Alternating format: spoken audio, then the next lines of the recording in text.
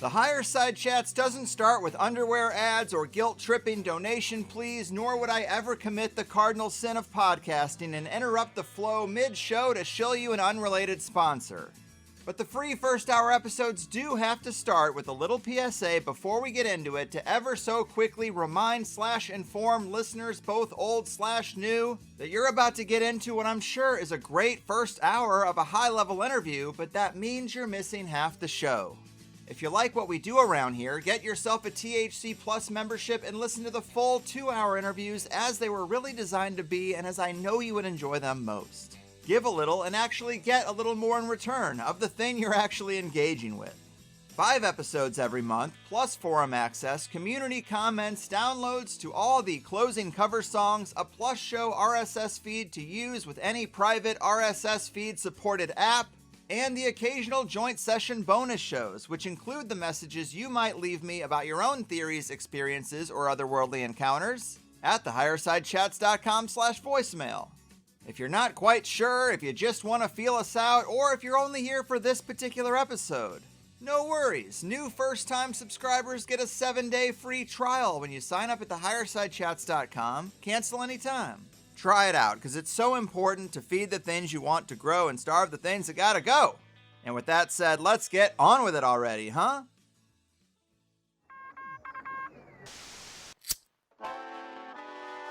In the 1930s, President Franklin Delano Roosevelt addressed the nation through a series of radio broadcasts known as the Fireside Chats. His aim was to reassure the common man that our society would recover from its troubled times. Well, we're far from 1930, and I deal with a different kind of fire. For a new era of worldly frustration, we offer a fresh conversation. I'm Greg Carlwood, and these are the Higher Side Chats. Well, this is the way, Higher Side Chatters, doing what we do from sunny San Diego. I'm Greg Carlwood, and with nearly all the cascading problems facing the world, when you dig deeper into each one, you can usually find that a multi-generational billionaire family of the propped-up parasite class is responsible, or at least has found a way to seize the opportunity to suck up some profits out of the massive fallout of our misfortunes while the rest of us pay the cost. Education, media, healthcare, technology, for-profit prisons, food, oil, energy, and of course medicine all have their designated cabals and corporations carving out a piece of the pie. And today we're going to talk about the Sackler family, Purdue Pharma, the opioid crisis, and how we see several underlying infrastructural mechanisms actually serving the interests of the nefarious few while the victims and society at large are left holding the bag. And breaking it all down today is our guest, Ryan Hampton, who knows this subject as well as anyone from a personal and professional perspective. Ryan has seen the struggle firsthand as the prescription pain medication given to him after a hiking injury severely derailed his life to the point of homelessness. But he has risen up to be one of the most powerful voices and advocates in the recovery movement, a commendable mission he is thoroughly dedicated to. He's also the author of 2018's American Fix, Inside the Opioid Addiction Crisis and How to End It, as well as the recently released Unsettled, How the Purdue Pharma Bankruptcy Failed the Victims of the American Overdose Crisis, which was written in real time as he served as co-chair of the official Unsecured Creditors Committee that acted as a watchdog during the court proceedings as Purdue Pharma filed for bankruptcy to protect itself from over 2,600 lawsuits stemming from its role in fueling the U.S. overdose crisis. It's a topic well worth our time, so let's get into it. The addiction recovery advocate, opioid crisis commentator, and thorn in the Sackler's side, Ryan, welcome to the Higher Side. Greg, thanks for having me. Really excited to be here to be able to talk about this topic, and thank you, for giving it airtime because it certainly isn't getting enough. So I appreciate you and all your listeners. Kind of you to say, and we are lucky to have you here. I appreciate your dedication to this issue that everyone seems to know about, but it just seems to keep snowballing. So many people know of at least a few folks who have fallen into this trap. 3 or 4 guys I went to high school with are no longer with us, and I'm sure a lot of people out there can say something similar to that. I really enjoyed both your books, so much to talk about, but if we were to start with an overview of the opioid crisis and the size and scope of how it's affected the country and the world at large, what are the statistics and data that you could give us to get the ball rolling? Yeah, absolutely. That's a great question. So, the opioid overdose crisis today looks very different from what it looked like just a few years ago when I found recovery. I got into recovery in 2015, and I can remember hearing the numbers. We were talking somewhere in the range of 47,000, 49,000 deaths to overdose, and at that time in 2015, they were talking about it being historic highs, right? Like this being a massive crisis that needed to be dealt with. Just last week, actually, the federal government updated their numbers just specific to drug overdose, and it is now over 101,000 Americans who have lost their lives to a preventable drug overdose. And I say preventable because there's so much that the government could be doing and that local governments could be doing that would prevent these overdoses, but they're not doing. Now, to give you just the size and scope, I believe, folks in my community believe that 101,000 number is actually grossly underreported. I have friends who died of overdose, but on their death certificates, it shows not overdose as the primary cause of death, but something else. So it's not really necessarily reported as an overdose. Mm. So we believe that data is tragically underreported, and it is probably much more. It also doesn't include alcohol poisoning or alcohol overdose. If you were to include those numbers, you'd probably be looking at closer to 375, 400,000 Americans. But just to keep it simple, we're talking about 101,000, mostly now coming from illicit fentanyl overdoses that are involved in these numbers. But right now in the United States, there's actually two federally declared public health crises, one being COVID, the other one being drug overdose, right? If you look at the reported numbers, right, just what the government gives us, right, in terms of numbers, you're looking somewhere around 7 to 800,000 COVID deaths, maybe a little bit more based on their data. Based on their data, 101,000 overdose numbers. So you're looking for about every 7 to 8 reported federal government data COVID deaths, you're looking at one drug overdose death. Yet federal spending on addressing the overdose crisis in this country is about 800 times less than what it is with COVID. Like we get the sideline left and right. It has a tremendous impact on our communities. It has somewhere near a $2.5 trillion impact on the economy in terms of lost productivity, wages, healthcare costs. It has a huge impact on our criminal justice system, on our education system. Even if you identify as someone who doesn't know someone who struggles with addiction, or you don't know someone who's died of an overdose, I can guarantee you one way or another, you are impacted either through your insurance rates, the services your community is providing to you, your taxes. It impacts all of us. Yet we are seen as kind of this redheaded stepchild when it comes to providing services. And I still believe that has a lot to do with generational and systemic stigma against people who use drugs, against people who are in recovery. And if the government doesn't get their act together, if local communities don't get their act together to start addressing drug overdose, like the national crisis that it is, that number is going to continue to just skyrocket. Yes, that is a great overview and good points too. There are a lot of ways to move numbers the way you want them to go, and data isn't always as neutral as we're told it is in really any case.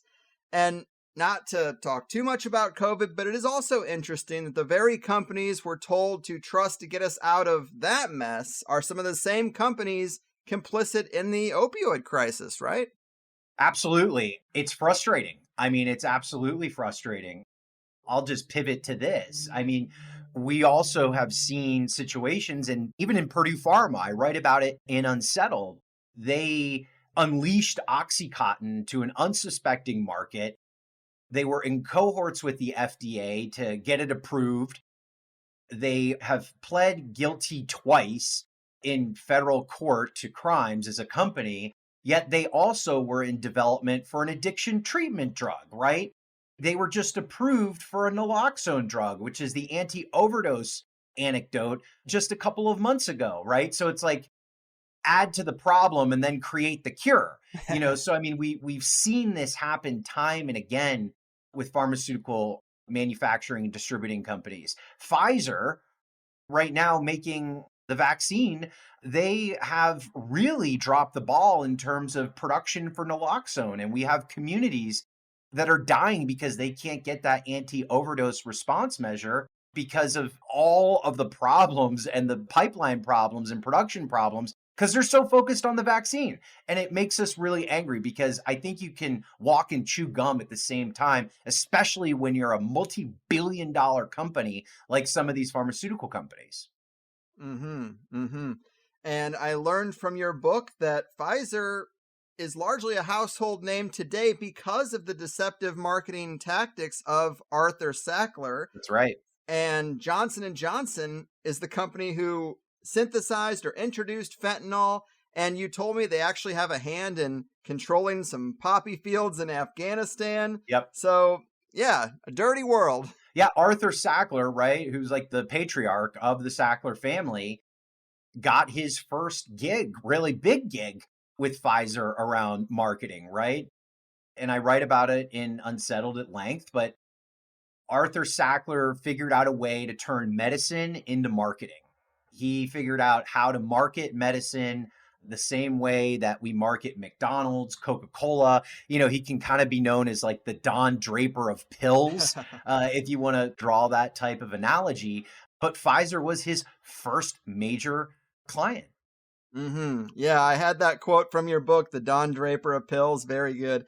He apparently, to quote the book, he built his toxic empire through the magic of advertising, through the magic of repeating the name of the drug and a claim about the drug and a lie about the drug over and over. His brothers did it too, and their kids did it, and the company those kids owned, Purdue Pharma, built the world's most wildly ambitious marketing machine and sales force to push a single pill, OxyContin.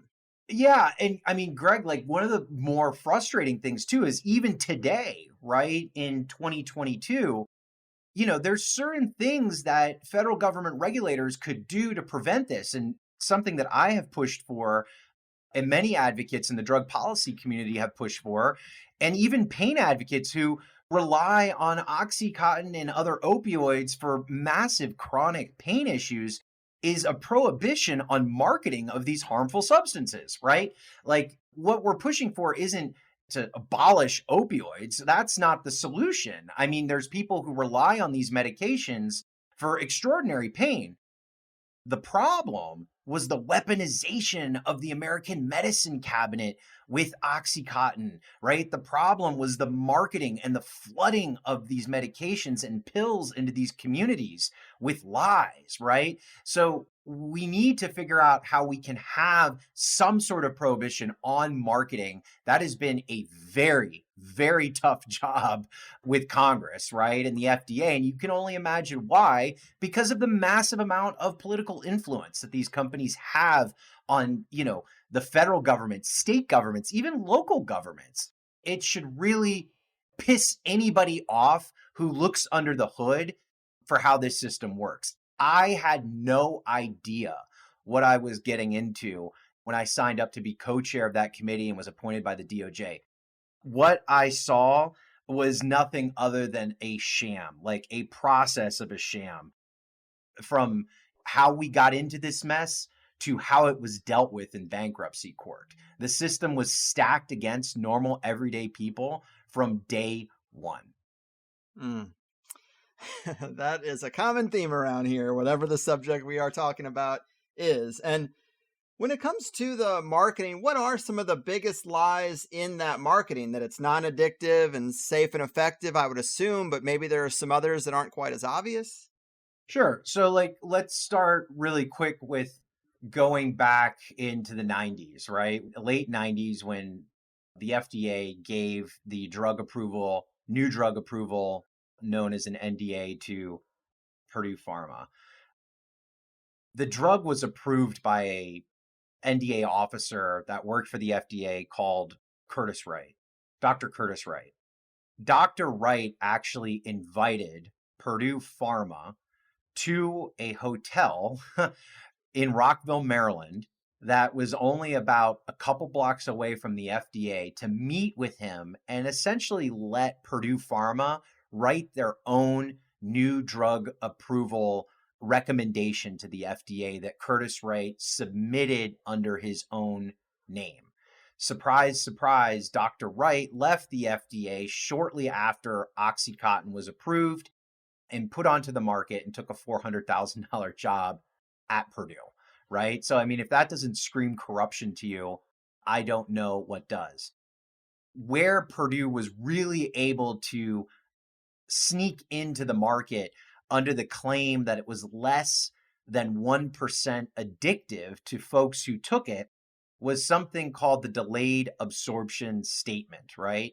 It was on the black box warning that the FDA approved. The delayed absorption statement basically said that because Oxycontin had this protective coating on it, that it would be released into the bloodstream over 12 hours. It wouldn't be something that, would be instant release, or also otherwise known as IR. And because of this delayed absorption of the product, of the medication, it was less than 1% addictive. The FDA allowed that, right? Allowed that marketing. Curtis Wright wrote it, and Purdue really doubled down on that messaging. They hired doctors. They had massive amounts of television ads. They did educational forums with different pain management folks here in the United States and abroad, where they hammered that messaging into them that it was less than 1% addictive, that this was a revolutionary drug that was going to just change the course of how we treated pain.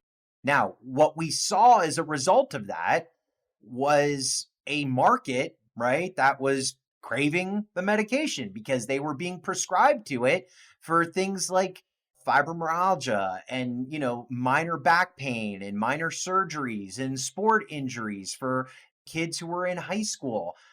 And the market continued to grow. And then we started to see this ballooning pill mill epidemic, which is how I got caught up in it in the early 2000s. Doctors literally coming out of retirement who were ophthalmologists and gynecologists and were not pain-specific doctors saw the dollar signs, saw the incentives that were coming from Purdue and companies like it, and were opening these clinics everywhere. And before you knew it, Oxycontin became a cure-all pill for everything. I can remember my doctor telling me that it even would help with my depression. I had a doctor that told me not to worry, that if I felt kind of woozy or I was feeling a little sick, if I didn't have the medication, that this was just very normal for people who were on these. And it didn't mean that I was drug dependent or I was addicted. It just meant that I was quote unquote pseudo addicted, which was a term coined by Dr. David Haddix at Purdue Pharma, who worked for Purdue, who just made this term up out of nowhere, printed it in medical journals that said that pseudo addiction is just, it feels like addiction, but it's not really addiction because you have a significant pain issue. I mean, the whole thing was a racket. Now, underneath this, though, the federal government and state governments didn't just allow this to happen, they almost incentivized it to happen, right? It's frustrating because it was just a fix, all 360. Mm-hmm. Yeah, and good point about what doctors tell their patients, because I think with this issue, there's a lot of maybe victim blaming or just a lack of empathy. People say things like, well, if you're stupid enough to get hooked on Oxycontin, I don't know what to tell you. And the reality is that people in the early stages, before this drug had the reputation it has, they're told by their doctors that it's not addictive, that it'll help with depression, all kinds of things. And that's obviously because they're getting their kickbacks, but you got to have some empathy for people who are straight up lied to. Maybe if someone gets hooked on Oxycontin today, with all the things we know about it, maybe you wouldn't have the same level of sympathy. But the reason it got the reputation it did is because it did so much damage before people really knew. Right. And I mean, it's hard for me to sometimes look back to 2003, 2004, when I really started using these medications a lot, particularly Oxycontin. And I feel naive, right? Because I wish I would have known then what I know now. And I sometimes have to look back and try and put myself in my shoes where I was in 2003, 2004.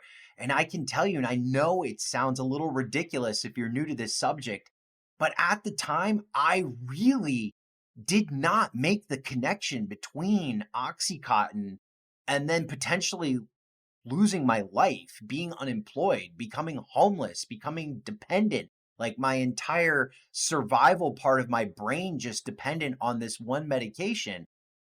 I thought that it was as normal as aspirin, as crazy as that sounds. Mm-hmm. I can remember getting my first prescription and being told, like, this is going to provide a tremendous amount of alleviating of pain symptoms and other symptoms that I have, and it's going to make me more productive. And I remember having that pill bottle with my name on it. I was not shy about it. I mean, I used to keep it on like my desk when I was at the office. I had other colleagues who were on it, and like, isn't that Oxycontin just like a miracle drug? And I was working in politics at the time, right?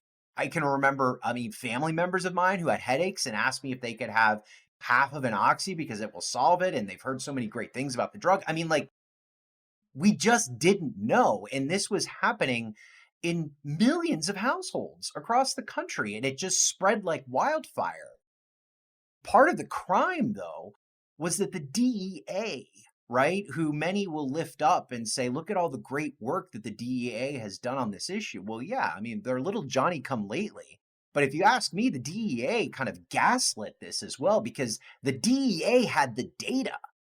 They had the data, the prescribing data that showed how much Oxy was being prescribed in these communities, and they did nothing about it. They just allowed it to happen. Purdue knew what was happening. And when these drugs started showing up in the mid 2000s in the pockets of coal miners in Appalachia who were overdosing or ending up dead, and data started to come in that these deaths were possibly connected to this pill, this medication, nobody did anything. We could imagine a different world where in, 2004, 2005, the DEA's got this data and Purdue's got this data, and they decide, hey, this is a problem. This medication's killing people.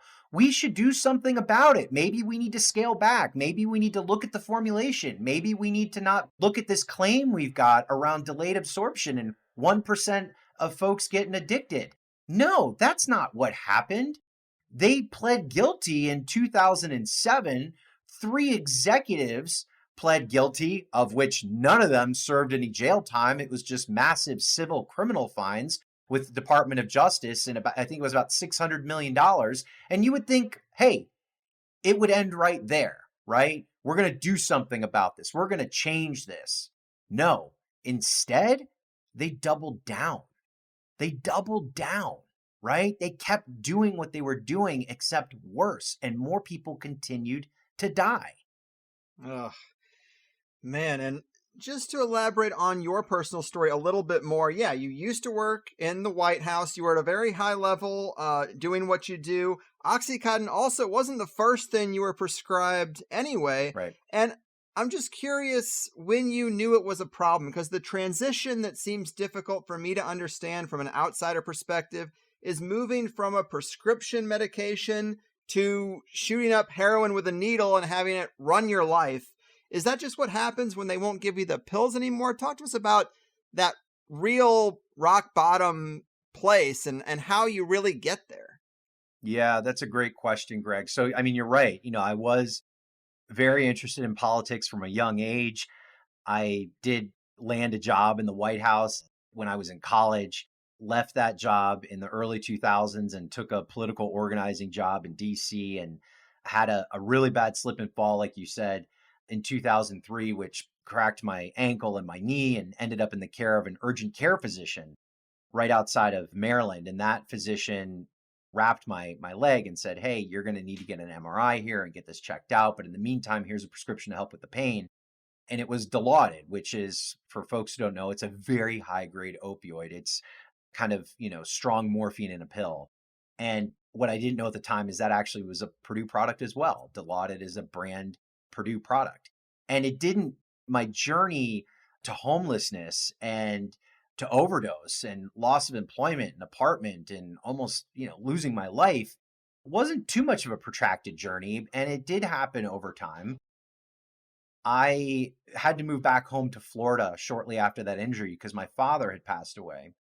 And I remember going into my primary care physician and saying, "Hey, doc, I've got this problem with my knee and my ankle." I was seeing this urgent care physician in Maryland.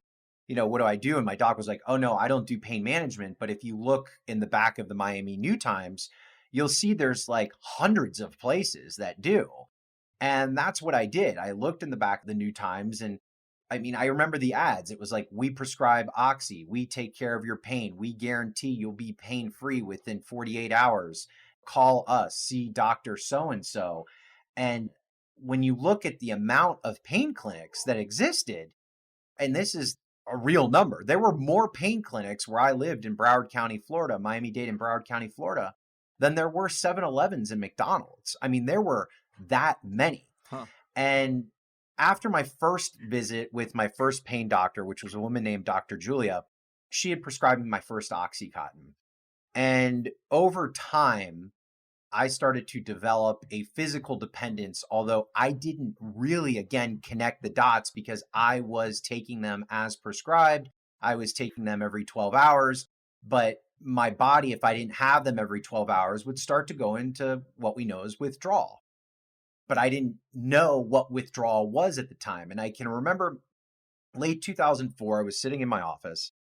I had missed my doctor's appointment that morning.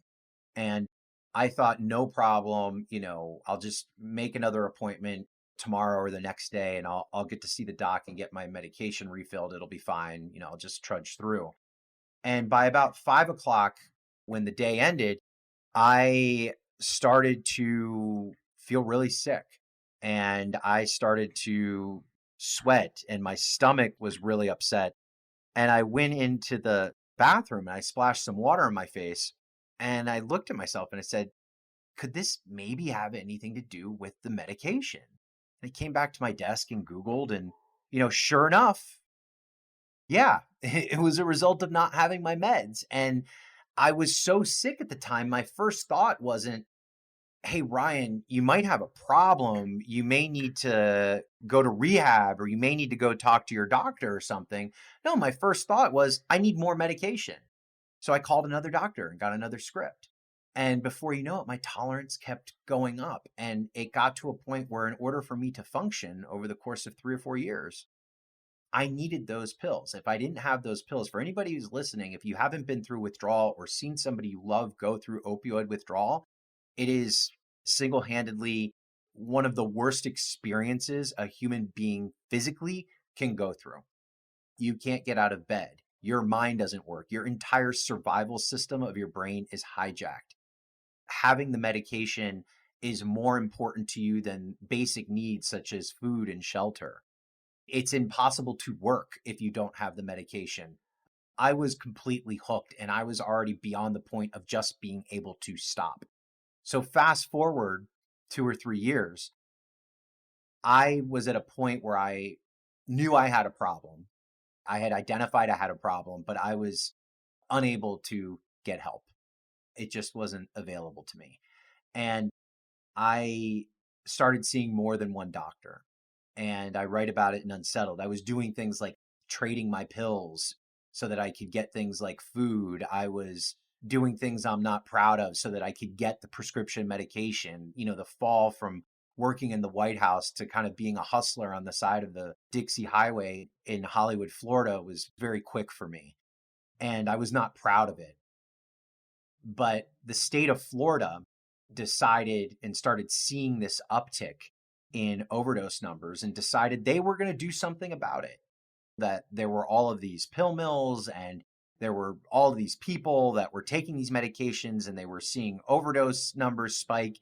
And the state of Florida legislature decided the way to do it was just to cut off the supply. They were going to create this prescription drug monitoring database, which is now known as a PDMP, which does a lot of good right now in 2022 because it provides us some needed data.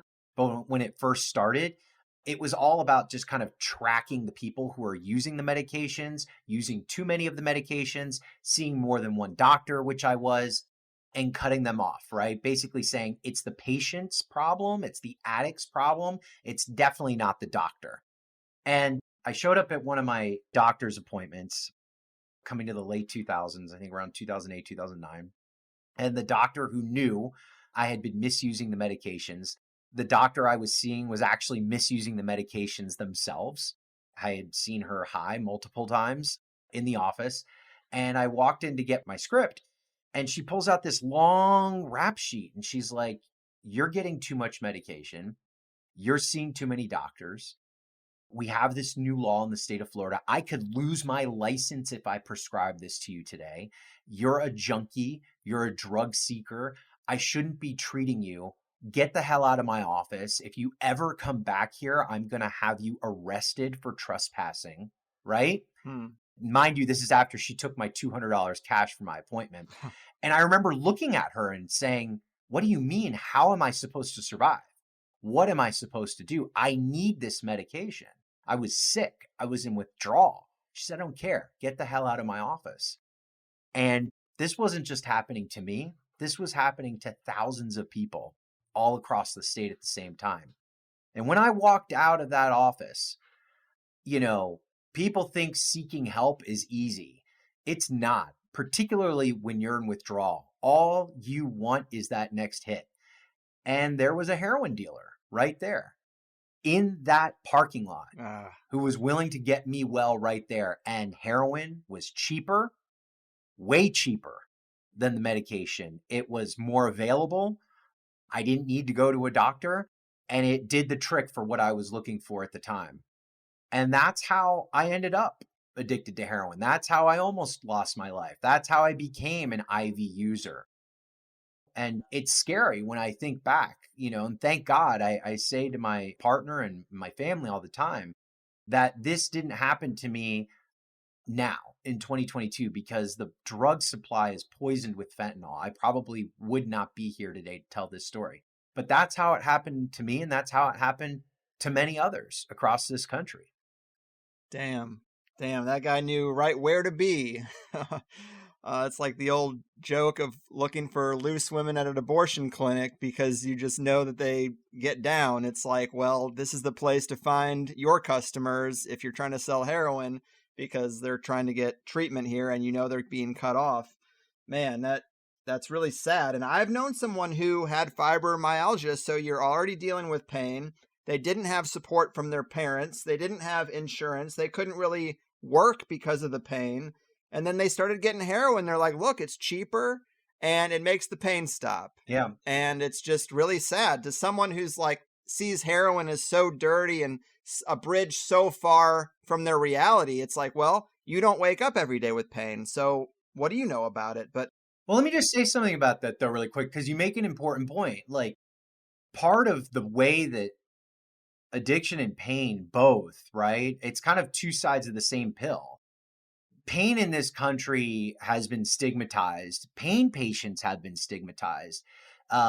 People with addiction have been stigmatized. People with addiction can't get adequate care or support once they're identified as having an addiction.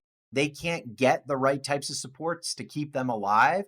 And people with pain suffer because they can't get adequate types of medication or therapeutics, right? So like both the pain community and the addiction community have been harmed tremendously by pharmaceutical companies and by the government. And we've been traditionally pitted up against each other, which has been to the benefit of the government and the benefit to these pharmaceutical companies, when in fact we should be working together, right? We've seen it play out time and again. You can see in the history of the overdose crisis, like the amount of money that these pharmaceutical companies put in to create these fake pain advocacy groups, right? To fight the addiction community and say we're nothing but dirty addicts, right? And it's all our fault. And they weren't even real groups. Like these were like shadow, or this was like dark money. I mean, these are tactics that pharmaceutical companies still use today. Yeah. Well said. Definitely a point worth highlighting. And let's get into that Purdue trial. Talk to us about all the lawsuits that were coming at the company and the Sacklers and what changed when they filed for bankruptcy. Wow. So this is where I get like really wound up, and thanks for letting me take a little bit of time to talk about it. So I had, set my target on Purdue Pharma early on in my recovery. I was one of the biggest thorns and continue to be one of the biggest thorns, not just in the company, but in the Sackler side for quite some time. I started to connect the dots between the Sackler family and Purdue and the deaths of my friends and what I experienced sometime around 2016. And in 2018, I had the largest protest direct action in front of Purdue Pharma headquarters with 500 people really demanding accountability. And we had always thought that maybe our day would come. Maybe our day would come when the Sacklers would face the same sort of justice system that everyday Americans have to face, which is before a jury of their peers. And they got wrapped up in something called the multi-district litigation, which is still being negotiated in Ohio in Judge Polster's courtroom, which is where all of the pharmaceutical manufacturers and distributors, right? So like McKesson and Johnson & Johnson, AmerisourceBergen and CVS Caremark Pharmacy and some of the other pharmacies and Purdue Pharma were all lumped together in this one massive test trial in Ohio to see if they could come up with some sort of settlement. And Purdue was being sued by so many different states. I mean, there were 2,700 different lawsuits between states and municipalities and cities against Purdue Pharma. And they decided in September of 2019, they were going to pull the ripcord to get out of the multi-district litigation because of how many lawsuits against them they had against them. Their liability was so high that they figured they would claim bankruptcy, right? But it wasn't just about claiming bankruptcy for them. By claiming bankruptcy, they were able to remove themselves from the Ohio test trial and some of the other bellwether trials across the nation and essentially pick their judge and pause all of the litigation, pause the 2,700 lawsuits. So they went overnight in September of 2019 by filing for Chapter 11 from Polster's courtroom, who was a pretty stern judge, to be able to pick their venue, which was White Plains, New York for them, under bankruptcy judge Robert D. Drain, who is incredibly debtor friendly. And when I say debtor friendly, that's kind of a bankruptcy term that I've learned the last couple of years, which means company friendly, right? Like he is known that if there's, an issue where there's a tie between creditors and the company, that the company usually wins. But Judge Drain was also very well known for issuing something called a non-consensual third-party release, which in layman's terms meant if the Sackler family wrote a big check to cover creditors' assets, the money owed to creditors, that they could receive civil immunity from any sort of litigation related to the opioid crisis.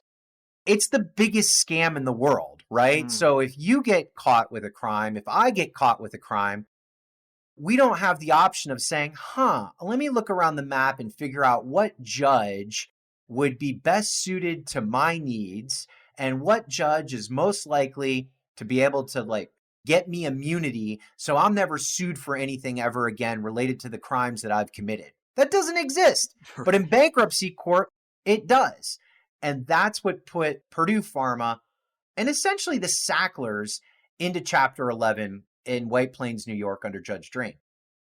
The big caveat here, though, is that the Sacklers never had to file for bankruptcy themselves. So they were able and continue to be able to benefit from the bankruptcy system by writing a check under the plan that was developed without having to forfeit all of their money, right? There's models out there that show that the Sacklers, if these non-consensual releases are actually upheld in the Second Circuit, which is where it's at right now because they were just recently vacated by a district judge, that they could actually be richer than they are before, assuming their investments in a healthy interest rate. It's all very complex stuff that I detail in Unsettled in great length, but in a nutshell, it is billionaire justice in this country. It is complete billionaire justice. Now, it's important for the audience to know that this case is actually playing out in real time right now. There was a plan, a bankruptcy plan approved by Judge Drain in September, just this past September. It was overturned on appeal by a district court, by Judge Colleen McMahon in the Southern District of New York District Court. And now it's headed to the Second Circuit for hopefully what will be a final decision. So it's been back and forth constantly. But I got involved in this and really started to peek under the hood when I heard they filed for bankruptcy in September of 2019. And I had been talking to some lawyers about potential class action lawsuits against the Sacklers prior to that. And one of them reached out to me and said, hey, Ryan, now that they're in bankruptcy court, this changes the game completely. It kind of moves the whole process, if you're a sports fan, from a basketball court where, attorneys general are really good at playing legal games onto an ice hockey rink, which is in bankruptcy court, this completely different set of rules that most lawyers aren't aware of. And there's a committee, a very powerful committee called the Unsecured Creditors Committee that's appointed by the Department of Justice. It'll be a 9-member committee that you can apply to be a part of. And what that committee serves as is pretty much the watchdog of the process, but it also has the ability to negotiate the settlement on behalf of 600,000 creditors. It has the ability to get into the Sacklers' financials to see if the settlement's fair. It has the ability to conduct depositions. It has the ability to take discovery, which means I'd be able to see Sackler emails and see a lot of the things that we thought we knew and maybe get some proof. I thought it would be cathartic for me to go through this process to represent families and victims who have been harmed so much and to be there to use my voice, right? And I was actually hopeful in the beginning because I envisioned this process where it was all these state attorney generals and the United States Department of Justice and the victims and the companies and like all of us on one side of the table and then the Sacklers in Purdue on the other side of the table. And that at the end of the day, justice would be done, right? That Purdue would be reduced to nothing but this crappy company with no money, and they'd have to give the dollars to the victims, and that the Sacklers would see some real justice, and maybe, just maybe, we could do some good here. Mm-hmm. And boy, was I mistaken.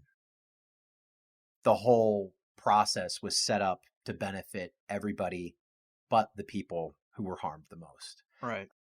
Victims were sidelined every step of the way. And 2 years ago, if you would have asked me that one of my larger banners that I'd be carrying coming out of this process would be massive bankruptcy reform, I would have said, you're crazy. I know nothing about bankruptcy.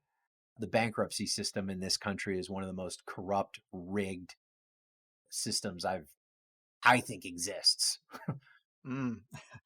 Wow. And there's a lot of competition for the most corrupt system in this country. But I wanted to make sure that we fit into the first hour this thing we talked about a couple weeks ago, where you had mentioned that you found another villain in this story in the state attorney generals, and that it's not really a very popular narrative. Well, tell us a little bit more about this and why it isn't popular to talk about, or why people don't like to look at this. Greg, it's probably like one of the most unpopular narratives that I've put out there. And it hasn't gotten much coverage in mainstream media because folks don't like to hear it. And it's really angered me because I write, it's actually, I believe the state attorneys general in Unsettled are as much of a villain as some of these pharmaceutical companies, not only because that they were complicit, but really what they do behind closed doors. So when I, again, came to this process with this thought that victims should be first, always. And when I say victims, I mean the actual individuals who were harmed, that the individuals who lost their loved ones, or folks like me and my mom, right? My mother who spent, and our family who spent close to probably $500,000 in money we didn't have on treatment, right? Because of Oxycontin, credit card bills, mortgages that are still being paid off today. And the state attorneys general, and they did this behind closed doors, first they would go out into the public and they would grab the mic and say, we're doing this for the victims. We're taking all the money. We're going to make sure that the Sacklers get what's coming to them. We're doing this for the families. We're doing this for accountability. And behind closed doors, though, in negotiations, they did every single thing possible to keep money away from victims that they could. I sat in mediation sessions during the settlement negotiations where the Deputy Attorney General for the state of New York, who was leading those negotiations, and I'll name his name, David Nachman, actually said to us that victims deserved nothing. We deserved nothing because we did this to ourselves. And that the state bore all the burden of the overdose crisis because they're the ones that had to pay for the police. They're the ones that had to pay for the healthcare. They're the ones who had to pay for the societal costs that Purdue brought onto these communities and completely just sidestepped the death and destruction to our personal lives. And they had an argument, an actual theory that victims should get $0 because we did this to ourselves.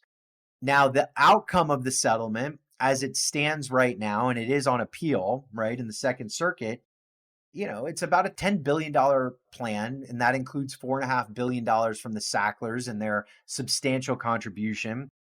97.5% of that settlement, as it stands, goes to the government and goes to corporations. Wow. 7.5% of the settlement goes to individual victims.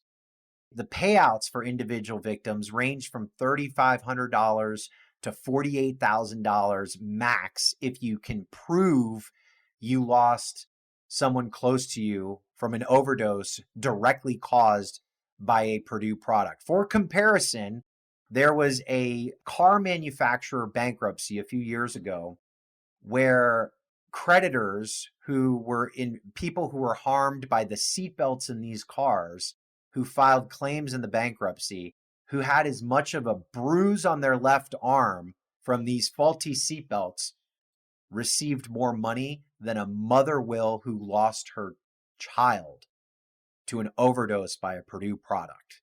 Mm. It's a scam. It's a crime. These attorneys general, I believe at their heart, we've got to think, like, who is their clients, right? Their client's the state. Their client's the state treasury. When you hear an attorney general go out there and say they're doing this for the victims, they're lying. They're full of crap. I have plenty of evidence that I've documented within the book that shows that they are completely full of crap. The abatement dollars, we tried to get involved in conversations. And when you talk about abatement, that's preventing future harm.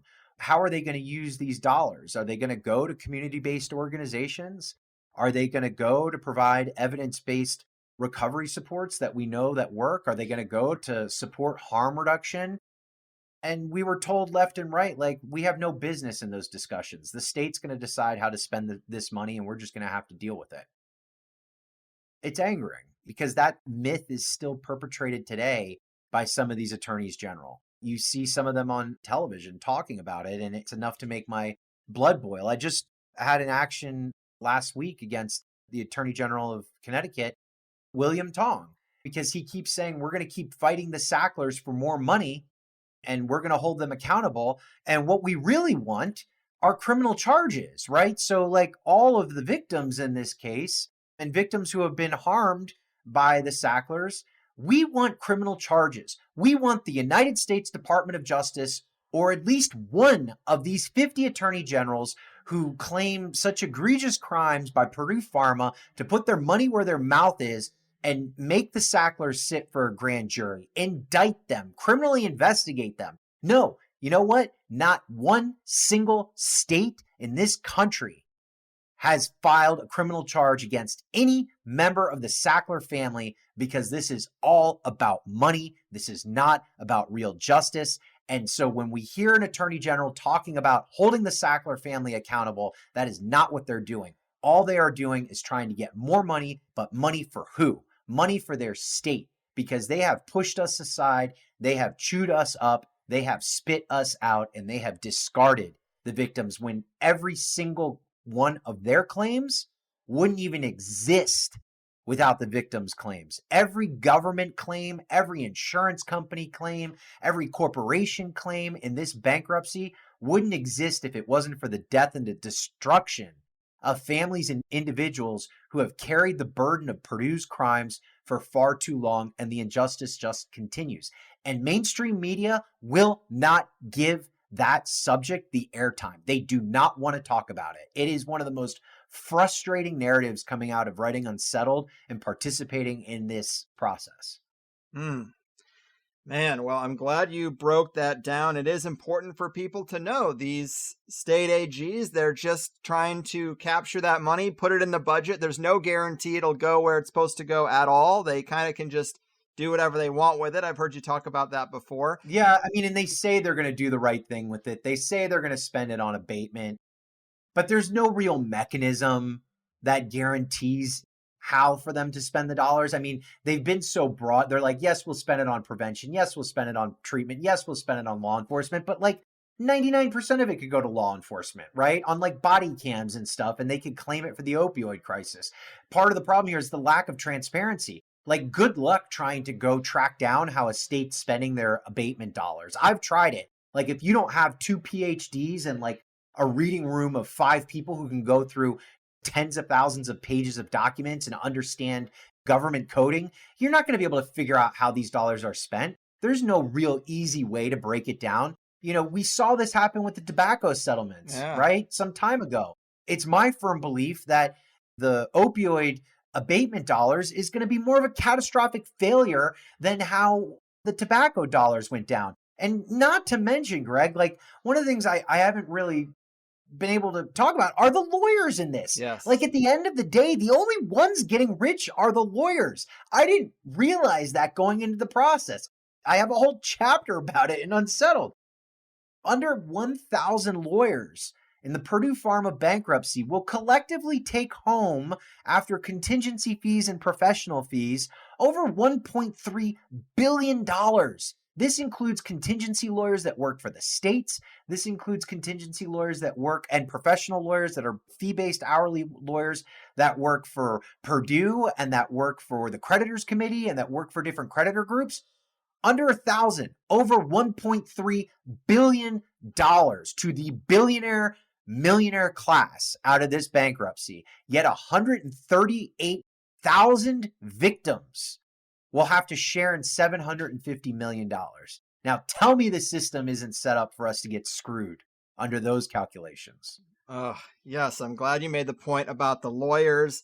It's just a whole big show. Victims get the shaft and the criminals just get to cut a check. And I've also heard you say that the way the settlement is structured is so to the Sackler's benefit, they might actually make more money over this time. Is that right?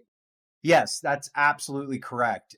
Right now, even if this deal goes through and the appellate court holds it up, they will contribute $4.5 billion over 10 years in chunks, a couple $100 million each year. And the estimates right now are they're worth about 10 to $11 billion as a family. And at the end of 10 years, with just the dollars that they have in investments and assuming a standard healthy interest rate on those investments, their worth would go up to $16 billion, which means after paying back the $4.5 billion settlement, they may net $1 billion to $2 billion if they never worked another day in their life. I mean, it's insane. Yeah, it really is, man. And so as we're kind of coming to the end of the line, if we know addicts who are suffering with exactly these kinds of issues and we don't know what to do, how would you advise us to help the right way? Because in my experience, they don't want to listen. There's a lot of denial and hostility when you try to broach the topic, but you can see they're on a road to ruin. So what do we do? Oh, one of my favorite questions, Greg. With people who are struggling from addiction, I would just say coerced help and coerced treatment will never work. Okay.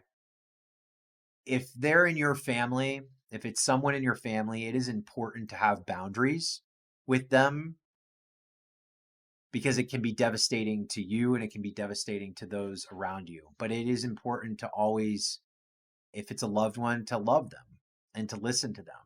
I was that guy that people told my mother never to take my phone call, that they would find me dead in a ditch somewhere if she helped me or was too nice to me, that I was just going to steal from her and stuff like that. And honestly, I didn't want help most of the time. I wanted to keep using. I didn't know any other way. My brain was completely hijacked.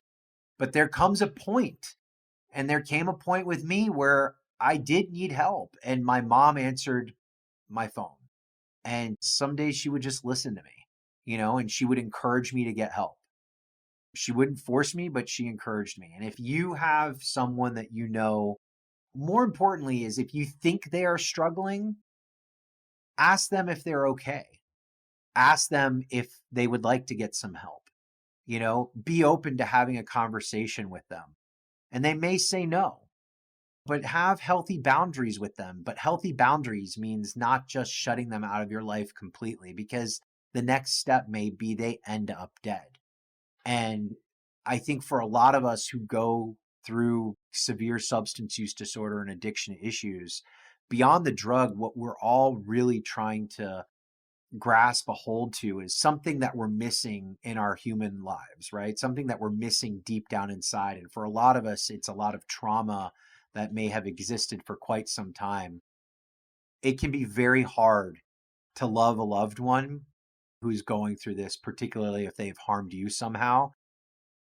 Not knowing everybody's unique circumstances, have some healthy boundaries, but don't shut them out of your life. And there are resources available out there, right? Like if someone's on Medicaid, has insurance, doesn't have insurance, the federal government has a treatment locator called findtreatment.gov.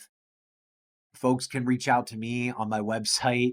I'm always happy to have just a conversation with someone. I don't refer anywhere or anything like that, but I'm happy to offer my lived experience.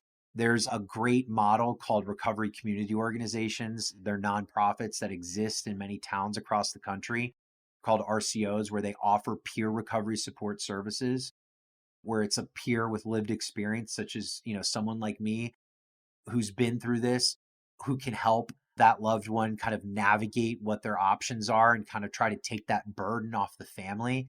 It's also incredibly important that if you're a family member that has a loved one struggling, that you get help too, because it affects everybody. There are resources for families out there, and it is just as important for families to talk to a peer specialist as it is for the person who's struggling, because it has an entire impact and ripple effect, both in active addiction and even in recovery with the family dynamics.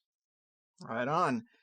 Yes, I also wanted to mention you blogged about the Mobilize Recovery event, the 3rd annual conference for recovery advocates, yes. And they have a broader vision for recovery. And I know you have the nonprofit Facing Addiction, and you work with the... Well, not Facing Addiction. It's the nonprofit's The Voices Project. It's called The Voices Project. Right on. And then there's Recovery Advocacy Project. Yep.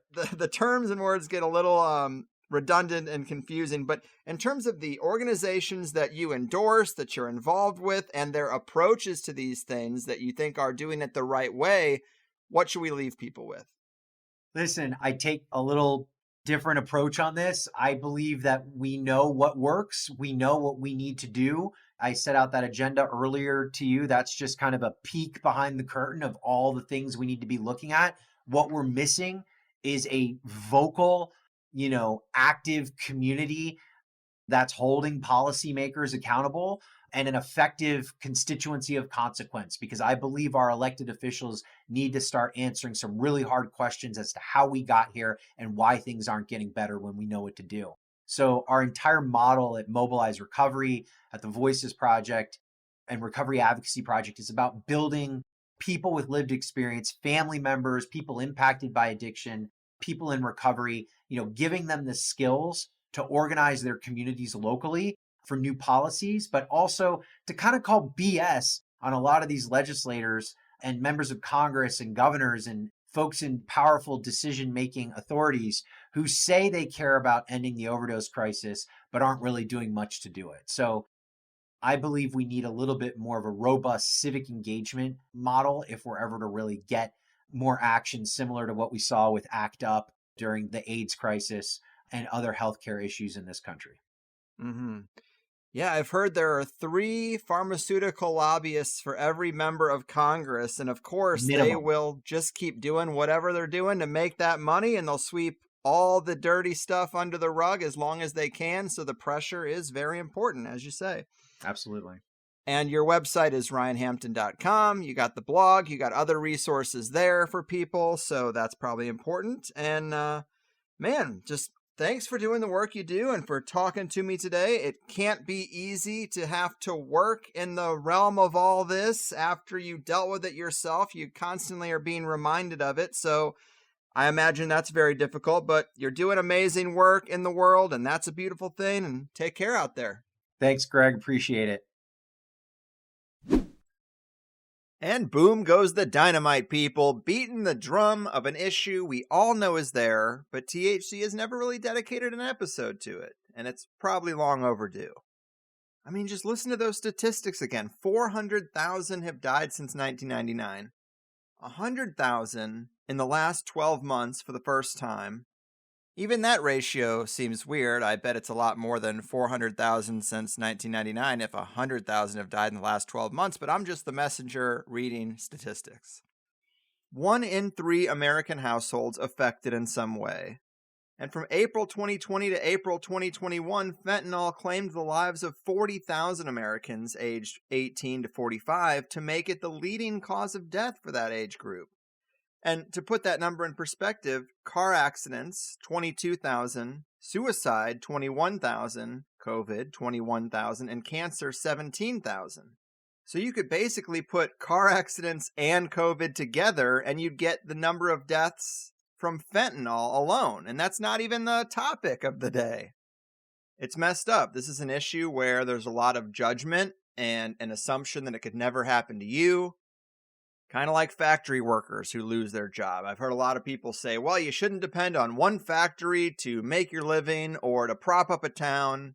And that's easy to say when you didn't grow up in Detroit. And this is similar in that if you don't live with pain, if you don't have a car accident that breaks a dozen of your bones, it's easy to judge people who get caught up in this and just look down on them. But in so many areas of life, corporations have figured out how to hijack systems of the body. Look at aspartame and sugar and processed foods in general. I guess we can judge the obese too and say, well, stop eating Hostess cupcakes and Cheetos. And that's true, but we should also throw equal shade at the creators of these things. Because why should every aspect of life end up being a battle between our willpower and our biological circuitry? Shouldn't there be some responsibility for the makers of manipulative and addicting products? I say so. I watched a food science documentary once, and they asked leaders in the field what they thought was the crowning achievement, and they said the Cheeto Puff, which stuck with me because it was so surprising, but it's because nothing in it is real, and they engineered it to have an attractive color, to kind of melt in your mouth in a satisfying way, and to leave the Cheeto dust on your fingers, tempting you to eat more. All of these things have a little effect that builds up into people not being able to stop. The Cheeto, I mean, it's mundane and yet pretty insidious, and that's basically every food product. Plus video games, social media, cigarettes. Everywhere you look, there's a witch offering you a poison apple, and Big Pharma and opioids are probably the scariest one. So I thank Ryan for doing this and being able to talk so eloquently from a personal and professional perspective. I like him a lot, and I appreciate his story and how he turned it around. And I know you guys are going to beat me up if I don't say something about it, but yes, he is still a bit optimistic about intentions of government and Big Pharma in areas that aren't the opioid crisis specifically. And we all know I'm not as optimistic or trusting in any of those other areas, but to each their own. That wasn't even the theme of this episode. I have to say, Ryan is a good sport, though, because I made the decision that we needed an opioid crisis episode, and I sent out a few emails to the top dogs. And not only did he get back to me first, but he also does focus on the billionaire family at the head of this thing, which we value quite a bit, of course. But he also told me he listened to a few episodes and was still willing to come on, which I always think is a big deal because who knows what those episodes were and whatever it was that he listened to, but it didn't turn him off. At least not enough to reject my interview request. And with it being such a serious and personal issue, I could see him seeing our show as a little silly. Oh, the higher side chats wants to talk about drug addiction? So kudos to him for trusting me to take the issue seriously. I also thought he made a really good point about nerfing the numbers a bit for how bad this really is by putting down a different cause of death like heart failure or asphyxiation or something that doesn't specifically mention an overdose. And hey, why wouldn't the medical establishment work that way? We've had several guests break down how they pad COVID numbers as a component of this full court press we're experiencing. And we're talking about two different issues, but within the same system with different incentives and different desires when it comes to perception management. And I will admit, I probably do drift into being a bit cold towards those struggling with addiction. An example would be Jordan Peterson. I don't know if it's straight up addiction, but I learned a lot from Jordan Peterson over the years. I found him to be a compelling, thoughtful speaker on a number of subjects, not everything, of course. But when he started taking SSRIs and had this downward spiral and his life completely upended, I was just really disappointed to see that because a clinical psychologist who's kind of gone rogue should know to avoid these drugs. And maybe a clinical psychologist has blinders on for the solutions proposed in their industry. But I found myself thinking, if you aren't smart enough to avoid SSRIs, do you really have anything to teach me? I'm not saying it's right. I'm saying that's what I thought. Because it's very clear to me you don't fuck with SSRIs or opioids. If you do, well, good luck to you. But I also have no idea what it's like to have chronic pain. I have no idea what it's like to suffer the kind of life events that send you spiraling into a deep depression. So I try to check myself and remember that it's easy to avoid these pills when they're the solutions to problems you don't have. I avoid chemotherapy too, another dangerous practice, but I also don't have cancer, so there's nothing really to be proud of there. When you have one of these serious problems and the only experts allowed to practice have whittled away and suppressed alternatives and given you one solitary solution that is extremely risky for you, and they get paid to offer it, it's a fucked up system. And we need to help those who have been turned out by it. And at one point, talking about the settlement, Ryan said 97.5% goes to governments and corporations and 7% goes to victims. Pretty sure he meant 92.5% and 7% because I know that the 7% is right from reading the book. And I think he said it correctly later, but just to address that possible confusion, those numbers are still insane. And to say that the lawyers made $1 billion, it's like, what the hell? And I know people really don't want to have more COVID shows, but that doesn't stop me from trying to get a bit creative and in a roundabout way make larger points about why FDA approval doesn't mean shit to me and why companies like Pfizer and Johnson & Johnson can't be trusted when they talk about their products.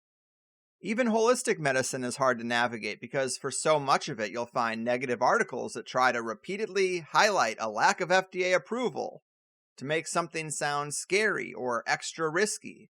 And sometimes it is, but sometimes it isn't. So I appreciate Ryan's work and mission. I'm sure many of us listening are not nearly as dedicated to anything involving the public good, so I salute him for it. Also, I think I took a few lines from Ryan's bio in previous interviews that had the incorrect names of his nonprofit and organizations that he's been involved with, or maybe it was just an outdated one. You know I hate to get that stuff wrong. But the right stuff is the Mobilized Recovery Conference, the Voices Project, that is his nonprofit, and Recovery Advocacy Project is another one that he supports and is involved with.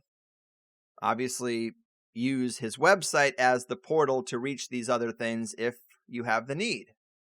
And I appreciate the solutions he offers, and I'm completely ignorant of what these drugs feel like and what addiction is like at that level. but I would probably push back on the idea that we don't need to get rid of these drugs entirely. I'm sure if we spent more time on that, Ryan could present me with scenarios that would lead me to see things differently. But if I had chronic pain, I like to think that I would seek out every and all alternative treatment before I went to those pills. Shamans, dietary changes, acupuncture, exercise, biofield tuning. We are conditioned to think these so-called alternative options are silly or they only work for low-level issues. But I've heard some transformative things coming from people who work in these areas, and they don't use the pills. But life is about nuance, and I appreciate Ryan's ability to say, hey, this stuff turned my life upside down, the Sackler family is evil, but let's not go scorched earth because some people are able to get out of bed because of this stuff. So, difficult questions, difficult answers, but I know people who have gone down this dark path. I receive emails from listeners, too, that say THC helped them through an addiction phase.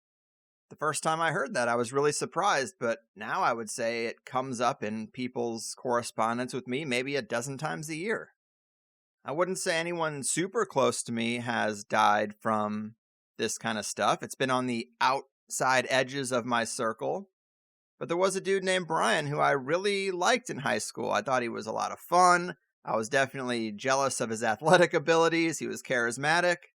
Having not seen him since maybe the high school reunion, I found out that he ended up having some kind of injury, getting on opioids, and he died alone in the public restroom of the local park back in Arnold, Missouri. And that kind of stuck with me just because it's such a sad way to die.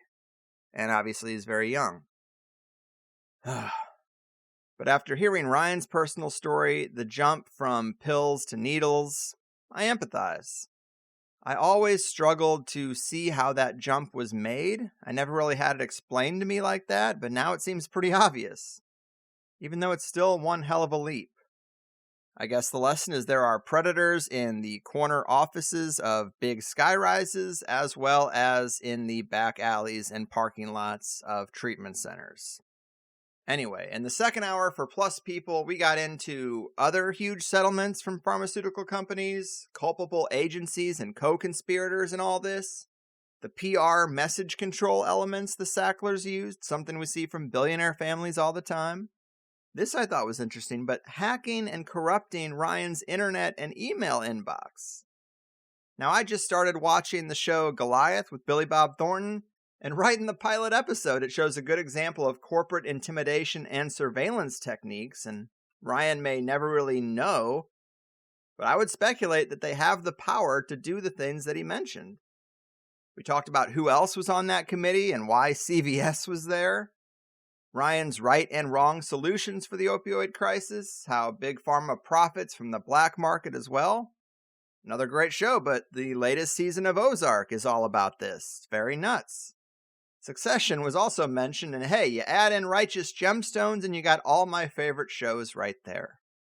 Well, we also talked about Ryan's one-on-one meeting with David Sackler and the general Sackler family psychology. All good stuff, thanks to those who support the show and hear it in its entirety. In higher side news, we did get an event added to the meetup calendar for next weekend. It's going to be in Louisville, Kentucky at 1020 Craft Brewery.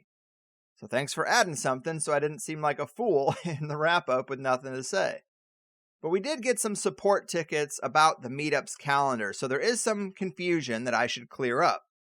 People tend to think that it's part of the THC website that they just can't find, and it's not. It's its own domain at highersidemeetups.com. And I'll do a better job of building that bridge, but you should know it is its own separate thing.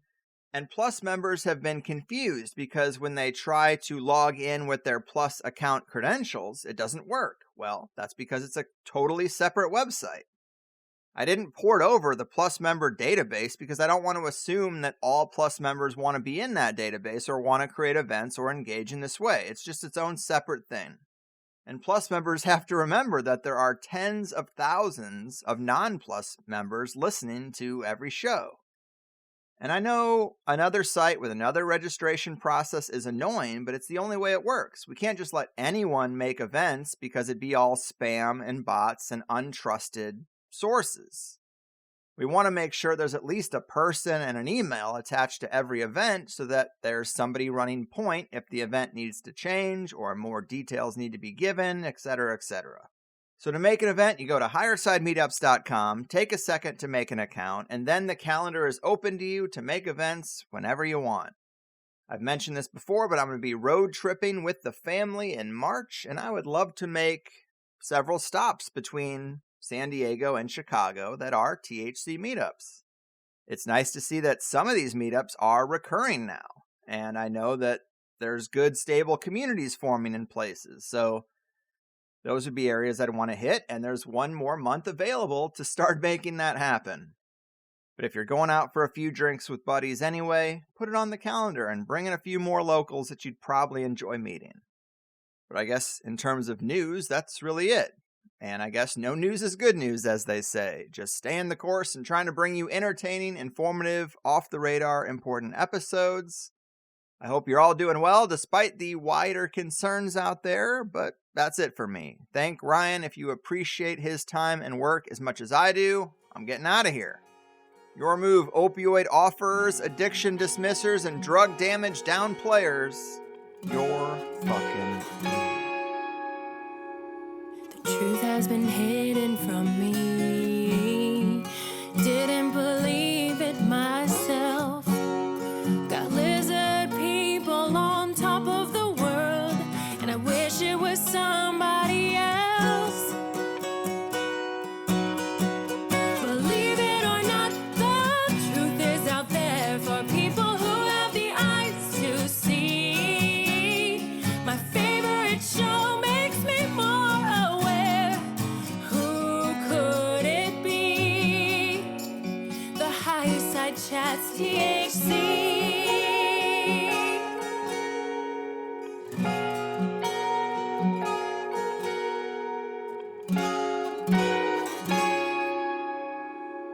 Just watch the TV and obey. Take some more pills when you're blue, or we'll break you out of the spell that you're in. Together we will make it through.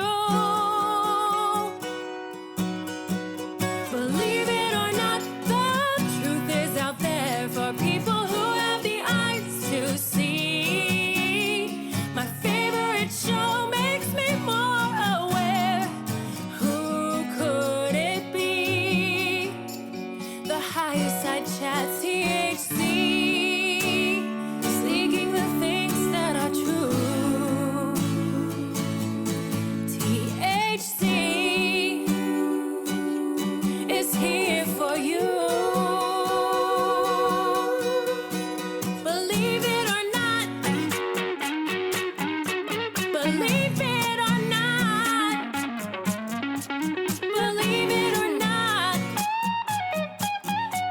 Believe it or not.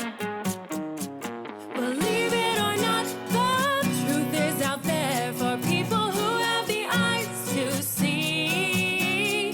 My favorite show makes me more aware. Who could it be? The Higher Side Chats. Believe it or not, the truth is out there for people who have the eyes to see. My favorite show makes me more aware.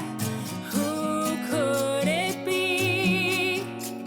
The Higher Side Chats, THC.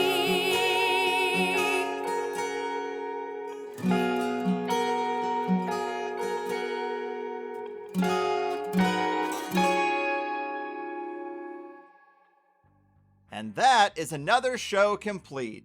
Remember, as much as you enjoyed this, which is just the free first hour, I hope you'll become a Plus member to hear the full 2-hour interviews. You also can engage with other Plus members in the comments and the forums, and you'll find your answer to one of the most common questions I get, which is where can I find those cover songs that you use at the end of the show? Well, they are free downloads for Plus members too. And without Plus members, I can't hire the occasional musician to bring these odd cover song ideas to fruition. Plus members are how I'm able to do what I do without ads and without the big machine being on my back. We can fit so much more into a 2-hour interview, and I do my best to make it worth your time and money. The conversation only gets deeper, weirder, and more controversial in that private hour. How could it not, the way things are going? But the best way to sign up is at thehighersidechats.com, where new first-time subscribers always get a free 7-day trial because I'm just that confident.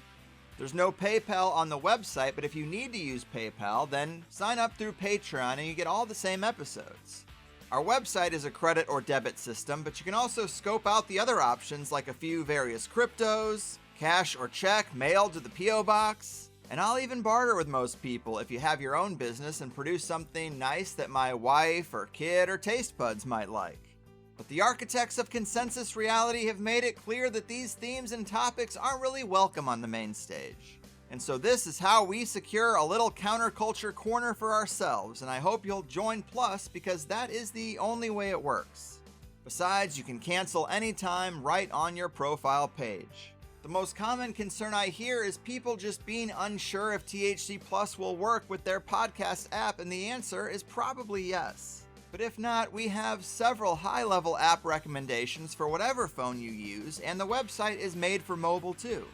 We're trained to tip a waitress for bringing us a sandwich, but that tip doesn't give you access to a second sandwich. Really, I'm not asking for any more than that, and I think I offer a better service. Come get your second serving of tasty conspiracy goodness in exchange for that small token of your appreciation. Beyond that, let it also be known that we have grown and survived as long as we have by word of mouth. I don't care so much about social media likes or follows, but tell the right people about THC. And not just listeners, but the high-level figures who are better suited to sit down with me than most other hosts. And if you can help me with any of these things, I can work to bring you better shows, which is just a win-win for both of us. Informative, entertaining, and action-packed. It also never hurts to thank a guest you liked if you have the time either. We want them to know people are listening, so they're willing to come back down the road too. Thank you for spending some time with me, and cheers to a better tomorrow.